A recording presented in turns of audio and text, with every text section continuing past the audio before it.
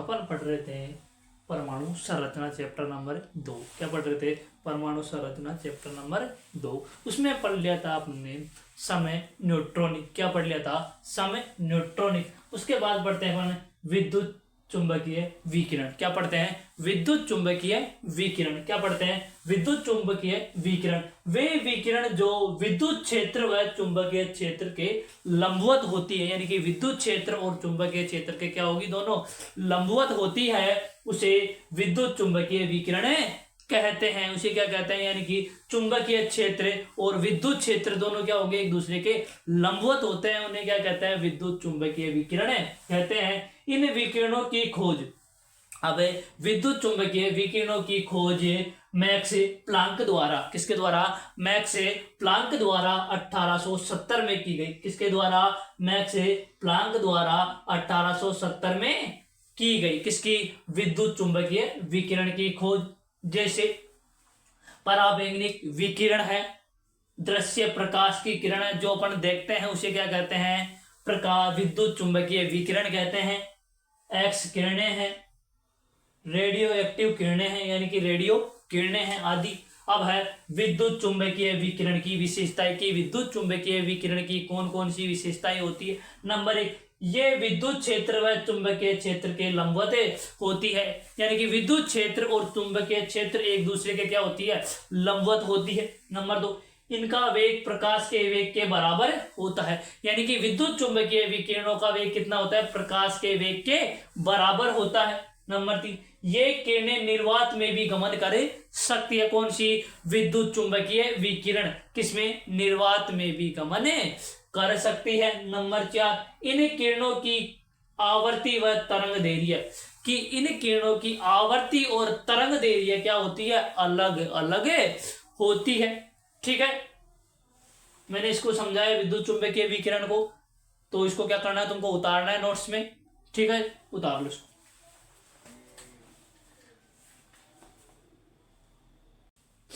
हाँ, तो दोस्तों अपन ने पढ़ा प्रकाश की विकिरणों की विशेषताएं। क्या पढ़ी? प्रकाश की विकिरणों की विशेषताओं के बाद आता है प्रकाश का तरंगदैर्घ्य सिद्धांत। किसका? प्रकाश का तरंगदैर्घ्य सिद्धांत। नंबर 1 आता है तरंगदैर्घ्य। इसे गामा से प्रदर्शित किया जाता है। किसको? तरंगदैर्घ्य को गामा से प्रदर्शित किया जाता है। दो निकटवर्ती शीर्षों या गर्तों के मध्य की दूरी को क्या कहते हैं? तरंगदैर्घ्य कहते हैं। इसे एंगस्ट्रॉन में मापा जाता है। किसमें मापा जाता है? एंगस्ट्रॉन में मापा जाता है। एक एंगस्ट्रॉन बराबर 10⁻⁸ सेंटीमीटर। तो या एक एंगस्ट्रॉन बराबर 10⁻⁻10 मीटर, या एक एंगस्ट्रॉन बराबर 10⁻⁻1 नैनोमीटर। अब आता है आवर्ती। इसे म्यू से प्रदर्शित किया जाता है। किससे? म्यू से प्रदर्शित किया जाता है। किसी बिंदु से 1 सेकंड में गुजरने वाली तरंगदैर्घ्य की संख्या को क्या कहते हैं? आवर्ती कहते हैं। यानी कि 1 सेकंड में, कितनी सेकंड में? मात्र 1 सेकंड में।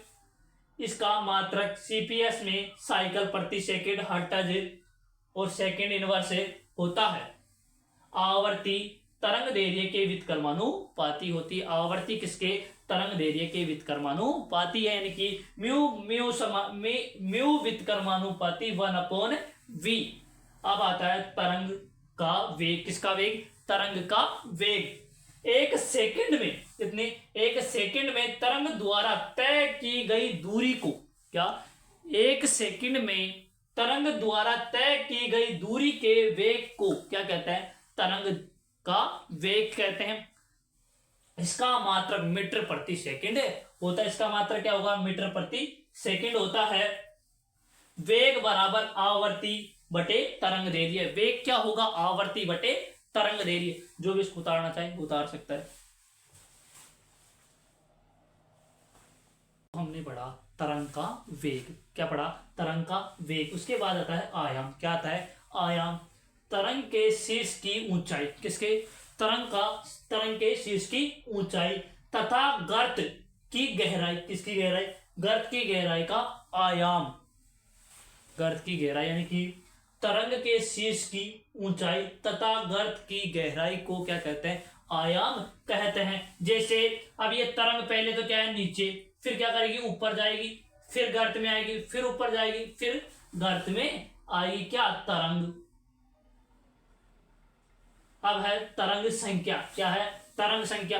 तरंग दैर्घ्य का व्युत्क्रम। किसका? तरंग दैर्घ्य का व्युत्क्रम तरंग दैर्घ्य तरंग संख्या कहलाती है। इसका मात्रक सेंटीमीटर इनवर्स या मीटर इनवर्स होता है। ठीक है। म्यू बार समानुपाती 1 किसके समानुपाती होती है? लैम्डा के समानुपाती। यानी कि आवर्त काल को किससे व्यक्त किया जाता है? टी से व्यक्त किया जाता है। किसी तरंग को एक पूरा चक्कर करने में लगा समय। किसी तरंग को एक पूरा चक्कर करने में लगा समय। अब है जिसे ये तरंग यहाँ से स्टार्ट होती है, फिर यहाँ पे, फिर वापस यहाँ पे आती है, तो एक चक्कर हो गया। यानी कि आधा ये कितना हो गया? एक चक्कर, यानी कि एक आवर्त काल। प्रकाश तरंग दैर्घ्य की सीमाएं। अब क्या है? प्रकाश तरंग दैर्घ्य की सीमाएं प्रकाश की तरंग गति को निम्न गुणों की व्याख्या नहीं करता। यानी कि प्रकाश की तरंग दैर्घ्य है वो निम्न गुणों की व्याख्या नहीं करता। किस की?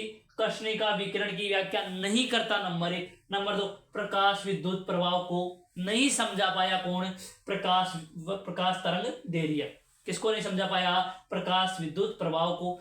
हाइड्रोजन परमाणु का रेखीय स्पेक्ट्रम की व्याख्या नहीं कर पाया। कौन है? प्रकाश तरंग दैर्घ्य, इनकी व्याख्या नहीं कर पाया। कल चलेगा कर्षणिका। क्या चलेगा? कर्षणिका। जो भी इसको उतारना चाहे वो उतार सकता है। हाँ तो दोस्तों अपन ने पढ़ा था प्रकाश तरंग की कुछ सीमाएं। क्या पढ़ा था? प्रकाश तरंग की कुछ सीमाएं। उसके बाद क्या आता है? कर्षणिका विकिरण। उसके बाद क्या आता है? कर्षणिका विकिरण। ऐसा आदर्श पिंड। क्या? ऐसा आदर्श पिंड जो हर आवर्ती के विकिरणों का क्या करते हैं? उत्सर्जन या अवशोषण करते हैं। यानी कि कोई भी पिंड है वो क्या करेगा? या तो उत्सर्जन करेगा या उत्सर्जन करता है, कर्षणिका कहते हैं। उसे क्या कहते हैं? कर्षणिका कहते हैं। और इससे क्या हो गए? उत्सर्जित होने वाली किरणों को, कि जो ये अवशोषित जो भी पिंड है वो अवशोषित करेगा या उत्सर्जित करेगा, उनसे उत्सर्जित होने वाले इलेक्ट्रॉन को क्या कहते हैं? कर्षणिका विकिरण कहते हैं। क्या कहते हैं? कर्षणिका विकिरण कहते हैं। अब आता है प्रकाश विद्युत प्रभाव। क्या आता है? प्रकाश विद्युत प्रभाव। 1887 ईस्वी में हर्टज द्वारा, किसके द्वारा?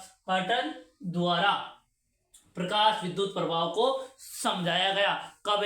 1887 ईस्वी में हर्टज द्वारा प्रकाश विद्युत प्रभाव को समझाया गया। क्या समझाया गया? एक निश्चित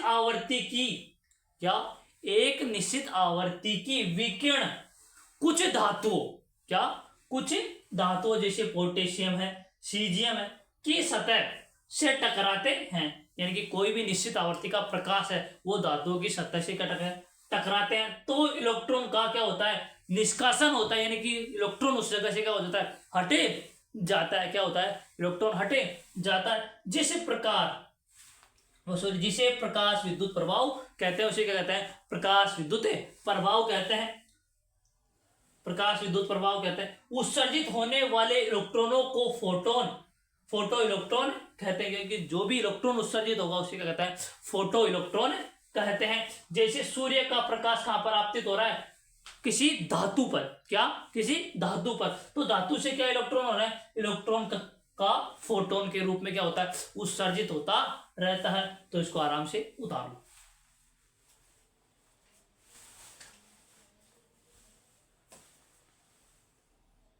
तो अभी अपन ने पढ़ा था प्रकाश विद्युत प्रभाव। क्या पढ़ा था? प्रकाश विद्युत प्रभाव। उसके बाद पढ़ते हैं हमारे दहली ऊर्जा, दहली आवर्ती। क्या पढ़ते हैं? दहली आवर्ती। धातु की सतह से, यानी कि धातु की सतह से इलेक्ट्रॉन का निष्कासन। किसकी सतह से? धातु की सतह से इलेक्ट्रॉन का निष्कासन तभी संभव होता है, यानी कि तभी होता है जब टकराने वाली विकिरणों की आवर्ती न्यूनतम हो। यानी कि उनकी आवर्ती की सीमा क्या होगी? कम होनी चाहिए। इससे कम आवर्ती की विकिरणें टकराने पर इलेक्ट्रॉन का निष्कासन नहीं होता, यानी कि उनकी आवृत्ति क्या होनी चाहिए, एक निश्चित होनी चाहिए। उनकी आवृत्ति क्या होनी चाहिए, एक निश्चित होनी चाहिए। अगर आवृत्ति निश्चित नहीं होगी तो इलेक्ट्रॉन का उत्सर्जन नहीं होता है। आगे देख तो, इसे दहली आवर्ती कहते हैं। इसे क्या कहते हैं, दहली आवर्ती कहते हैं। अब आता है प्लांक का क्वांटम सिद्धांत। किसका, प्लांक का क्वांटम सिद्धांत। अब प्लांक का क्वांटम सिद्धांत किसने दिया, सन 1900 में। प्लांक किसने दिया था, सन 1900 में मैक्स प्लांक ने। किसने, मैक्स प्लांक द्वारा। किसके द्वारा, मैक्स प्लांक द्वारा प्लांक का क्वांटम सिद्धांत दिया गया। इनके अनुसार प्लांक मैक्स प्लांक के अनुसार प्रकाश का संचरण, किसका, प्रकाश का संचरण, किसका संचरण, प्रकाश का संचरण छोटे छोटे टुकड़ों में या छोटे छोटे पैकेटों में, किसके रूप में, छोटे छोटे पैकेटों के रूप में होता है, जिन्हें क्वांटा या फोटोन कहते हैं। जिन्हें क्या कहते हैं, यानी कि किसका उत्सर्जन, प्रकाश का उत्सर्जन छोटे छोटे पैकेटों के रूप में होता है, उसे क्या कहते हैं, फोटोन कहते हैं। फोटोन की ऊर्जा उसकी आवर्ती के समानुपाती होती है, यानी कि फोटोन की ऊर्जा किसके समानुपाती होती है, उसकी आवर्ती यानी कि h म्यू के समानुपाती होती है। तो क्या समानुपाती का चिन्ह हटाऊंगा तो बटे में क्या जाता है, लैम्डा आ जाता है। जहां h बराबर प्लांक नियतांक है, प्लांक नियतांक का मान होता है 6.62 इंटू 10⁻⁻34 जूल प्रति सेकेंड। ठीक है, इसको उतार लो।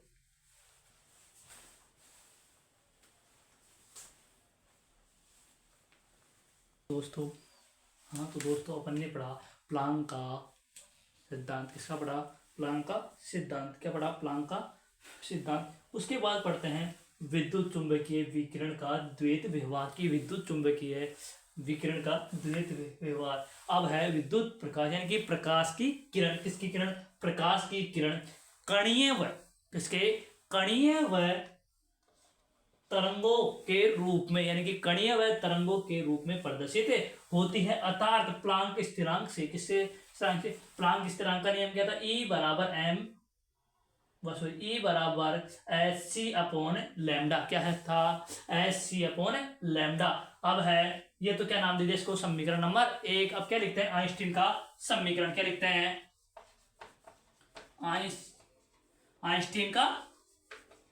आइंस्टीन समीकरण। अब आइंस्टीन समीकरण क्या था, यानी कि आइंस्टीन E बराबर mc स्क्वायर। क्या था, E बराबर mc स्क्वायर। आइंस्टीन का समीकरण क्या था, E बराबर mc स्क्वायर। इसको क्या नाम दे देंगे, समीकरण नंबर 2। क्या नाम दे देंगे, समीकरण नंबर 2। अब क्या लिखेंगे, समीकरण 1 व 2 से। कौन कौन से, समीकरण 1 व 2 से, यानी कि E बराबर क्या होगा, E बराबर E क्या होगा, E बराबर यानी कि कौन सा, प्लांक स्थिरांक के नियम से। किससे, प्लांक स्थिरांक के नियम से और आइंस्टीन के समीकरण से। E बराबर E, तो E की जगह क्या रख देंगे, h c बटे लैम्डा। क्या रख देंगे, hc बटे लैम्डा बराबर किसके बराबर होगा, mc स्क्वायर। किसके बराबर हो गया, mc स्क्वायर, यानी कि किसी से c कट गया। क्या बच गया अपने पास, h लैम्डा बराबर mc। क्या बच गया, h लैम्डा बराबर mc। ये बच गया अपने पास। क्या बच गया, h अपॉन लैम्डा बराबर mc बच गया अपने पास। किसका मान निकालना अपन को, लैम्डा का मान। किसका मान निकालेंगे, लैम्डा का मान। तो लैम्डा कहां से जाएगा, यहाँ पे, बाकी कहां जाएगा, नीचे। तो लैम्डा बराबर h अपॉन mc। ये क्या बन गया, विद्युत चुंबकीय विकिरण का द्वैत व्यवहार का सूत्र। क्या बन गया, लैम्डा बराबर h अपॉन mc। ये क्या बन गया, अपना सूत्र। ठीक है, इसको आराम से उतारो, बाकी क्लास अपनी नेक्स्ट डे होगी। ठीक है।